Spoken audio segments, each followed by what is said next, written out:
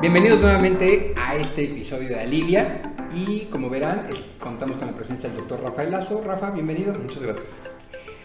Sin más preámbulo, vamos al tema de hoy que tiene que ver con un tema tema mundial que es el COVID. Algunas recomendaciones que pudieras hacernos para nuestros cuidadores, Claro. sobre todo, bueno, pues por esta oleada de contagios que estamos teniendo y bueno, pues con la cual vamos a convivir para el resto de nuestra vida. Pues primero es entender qué es COVID. COVID es una enfermedad infecciosa que apareció en 2019, ocasionada por un virus que es sumamente contagiosa y que produce una enfermedad respiratoria. También puede ocasionar una enfermedad sistémica, es decir, en cualquier parte del cuerpo. Por lo tanto, vamos a empezar o tenemos que tener todos los cuidados para una enfermedad que es transmisible, es decir, que es infecto contagiosa, que puede pasarse de una persona a otra. Entonces, si vamos a estar cuidando a un paciente que tiene COVID, que está enfermo de COVID, entonces tenemos que romper la cadena de transmisión o la cadena de contagio. Entonces, para ello hay que entender que COVID se transmite a través de partículas que uno exhala o que uno expulsa de las vías respiratorias o de la boca. Y esto ocurre cuando tosemos, cuando estornudamos, incluso a veces hasta cuando hablamos. Y después la persona que se contagia adquiere estas partículas, ¿no? Y de ahí se origina el contagio. Para poder romper la cadena de transmisión tenemos que bloquear que esas partículas salgan, ¿no? Entonces por ello que es fundamental el uso de cubrebocas, sobre todo el de grado médico, para evitar que esas partículas salgan o que nosotros las adquiramos. Entonces es por ello que tanto el paciente como el cuidador o los cuidadores o los familiares que se encuentren en la cercanía del paciente utilicen cubrebocas, puede ser el N95, KN95 o la mascarilla quirúrgica pero doble, como lo recomendó el Centro de Control de Enfermedades de Estados Unidos. Por otro lado, también es muy importante el aislamiento social, es decir, tener el menor contacto posible, evidentemente, durante el menor tiempo posible, tener áreas ventiladas también es fundamental. Y también, a pesar de que esto ha sido controversial, también podemos estar limpiando continuamente superficies.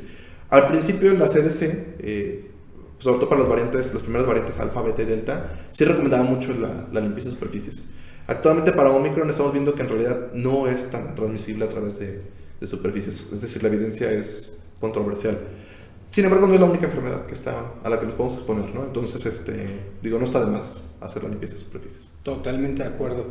Rafa, una pregunta que hemos recibido de algunas personas es, cuando una persona ya está contagiada, tiene los primeros síntomas, vas, hace la prueba, sale positivo, ¿cuánto tiempo tardó el virus en incubar desde que inició hasta que presenta los primeros síntomas? Claro. Porque la pregunta va dirigida a, seguramente con quien convives podría ya estar contagiado. Sí, en efecto. Ese tiempo, ese lapso entre que adquirimos el virus a que comenzamos con síntomas se llama periodo de incubación. En esta pandemia ha sido única porque hemos aprendido mucho, muy rápido, y hemos tenido que desaprender mucho, muy rápido, ¿no? Porque ha evolucionado en estos 2 años. Entonces, con las primeras variantes, alfa, beta y delta, tenía un comportamiento distinto al que tiene con la variante predominante actualmente, ¿no? Que es Omicron. Con las variantes previas, alfa, beta y delta, teníamos un periodo de incubación que iba entre 5 hasta 10 días, lo reportado. Y con Omicron hemos visto periodos de incubación tan cortos como 3 días solamente, ¿no? Entonces, esto indica que el virus ha cambiado, ¿no? El virus ha evolucionado.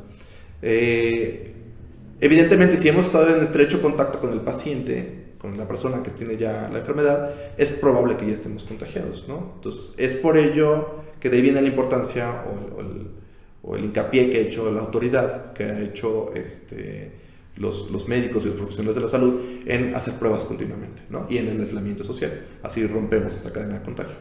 Total.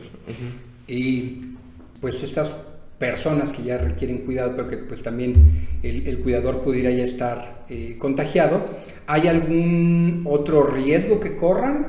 Obviamente usando el cubrebocas, limpieza de manos, ¿hay algún otro riesgo que corran por estar en contacto? Normalmente a veces una persona se enferma más grave que otra, en fin. Exactamente. Acá el tema es evitar las formas graves o severas de la enfermedad. Porque esas formas graves o severas de la enfermedad son las que nos llevan a los desenlaces adversos, ¿no?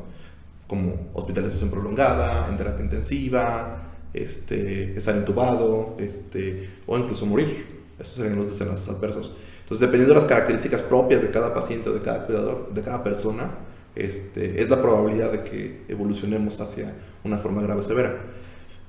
Va a haber existirán ocasiones en las cuales no hay manera de evitarlo, es decir, va a pasar por la propia biología del virus, por nuestra propia biología, pero habrá ocasiones en las que sí podamos hacer algo al respecto, ¿no? Lo más importante es tener una vigilancia muy estrecha del paciente y de la evolución que va teniendo. Es decir, aquí las recomendaciones serían como con cualquier enfermedad, seguir las instrucciones del médico. El médico generalmente va a recomendar, entre otras cosas, que se tome la temperatura de manera frecuente para saber si hay fiebre, que se tome la oximetría frecuentemente para saber la cantidad de oxígeno que hay en sangre. COVID en este aspecto se comporta de manera única porque comienza a provocar desaturación o disminución de la cantidad de oxígeno en sangre de manera imperceptible. Con otras enfermedades sentimos la necesidad de respirar más, con COVID no. Entonces es por eso que se hace la invitación a estar tomando la saturación de manera frecuente y a hacer un seguimiento periódico de los síntomas, ¿no? Evidentemente en personas que tengan enfermedades de base, como metabólicas como diabetes, hipertensión, obesidad u otras enfermedades, pues bueno, ahí tenemos que tener un cuidado mucho más estrecho y por supuesto una comunicación mucho más estrecha con el médico, ¿no? Perfecto.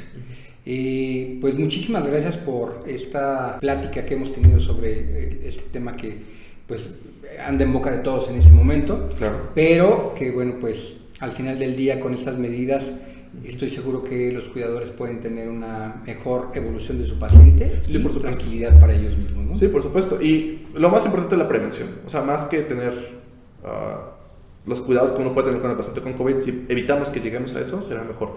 Por eso, por ejemplo, que la vacunación es fundamental, porque la vacunación evita las formas graves de la enfermedad. Entonces, esto es elemental que evitemos llegar a eso, ¿no? Entonces, yo me gustaría hacer un exhorto a la población a que se vacunen. Total. Pues nuevamente gracias, Rafa, y nos vemos en el siguiente episodio.